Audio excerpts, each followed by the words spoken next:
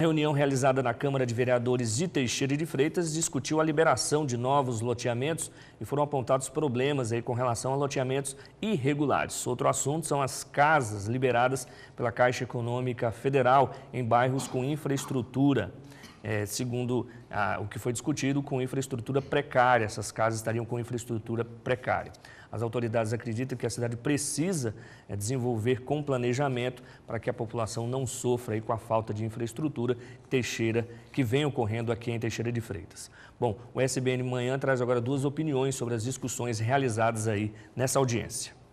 Que vem acrescentar no município e, de certa forma, tudo que é tratado aqui, ele vem a somar junto ao construtor, uma vez que envolve infraestrutura, uma vez que envolve desenvolvimento. Nós vimos que tem muitos loteamentos, mas infelizmente nós temos muita dificuldade na questão de organização. A maioria dos loteamentos ainda está irregular, então essa discussão visa trazer o público, trazer as pessoas competentes para que formalize esses loteamentos, para que organize isso, para que no futuro a gente não venha ter os problemas que nós temos hoje. Nós temos aqui em Teixeira de Freitas vários problemas, duplicidade de documentos, vários donos, entendeu? E sem infraestrutura nenhuma, a maioria dos loteamentos não tem infraestrutura.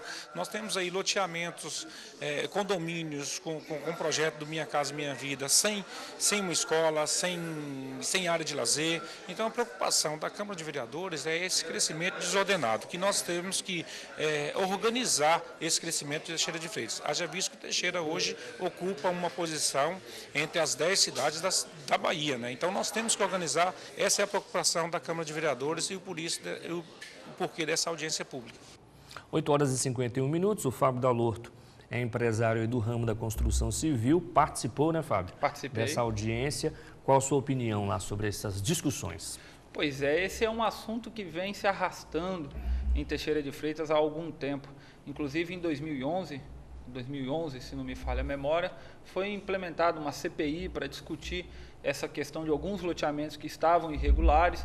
Eles foram identificados, as suas irregularidades foram identificadas, eles assinaram um TAC, que é um termo de ajuste de conduta, para que fizessem esses ajustes, e assim está sendo feito. Aqueles que se ajustaram foram reliberados e aqueles que não se ajustaram ainda estão sem poder comercializar os seus terrenos. Eu acho, Herbie, que o que a Teixeira de Freitas tem que fazer é identificar e definir o marco regulatório. Na verdade, esse marco regulatório já existe. Se o poder público acha que ele ainda não é suficiente, vamos então trabalhar melhor esse marco regulatório. Na verdade, Teixeira de Freitas tem 4 leis. Quando a gente fala de marco regulatório, são as leis que regem a atividade empresarial daquele segmento. Teixeira hoje tem 4 leis já que regem a atividade de loteamentos. É a Lei 310, 1112, a Lei 313, se não me engano, a 414, se não falha a minha memória aqui. Eu acho que essas leis já estão postas. O que nós temos que fazer é identificar e punir aqueles loteamentos que não seguem as leis. A gente não pode dizer que todos os loteamentos são irregulares, né? Existem os corretos, né? O que está acontecendo é que está se misturando o joio e trigo. Hoje parece que todos os loteamentos do nosso município estão irregulares, e não é verdade. E a culpa da irregularidade, ela tem que ser apontada e dizer, olha, foi fulano que fez a liberação do loteamento irregular e vai ser punido o empreendedor e vai ser punido quem fez essa liberação.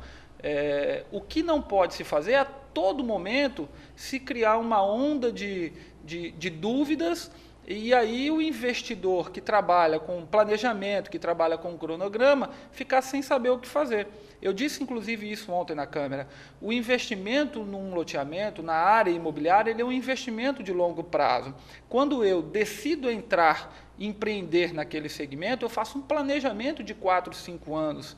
E essas regras não podem mudar ao longo desse jogo, porque se mudar, eu, empreendedor, fico apreensivo, fico amedrontado e não invisto mais. E só quem perde com isso é Teixeira de Freitas. A economia do município fica prejudicada. Fica prejudicada. Eu citei um exemplo, inclusive, lá ontem, que em 2011 nós tivemos 3.000 unidades residenciais construídas pelo projeto Minha Casa Minha Vida, aquele de renda de 3 a 5 salários mínimos. Essas casas são vendidas por R$100 mil, ou seja, nós tivemos um acréscimo na economia teixeirense de R$300 milhões ao ano. Isso é dinheiro novo que circula na nossa economia, é riqueza aumentada na nossa base monetária, porque é um dinheiro que vem de fora, do governo federal.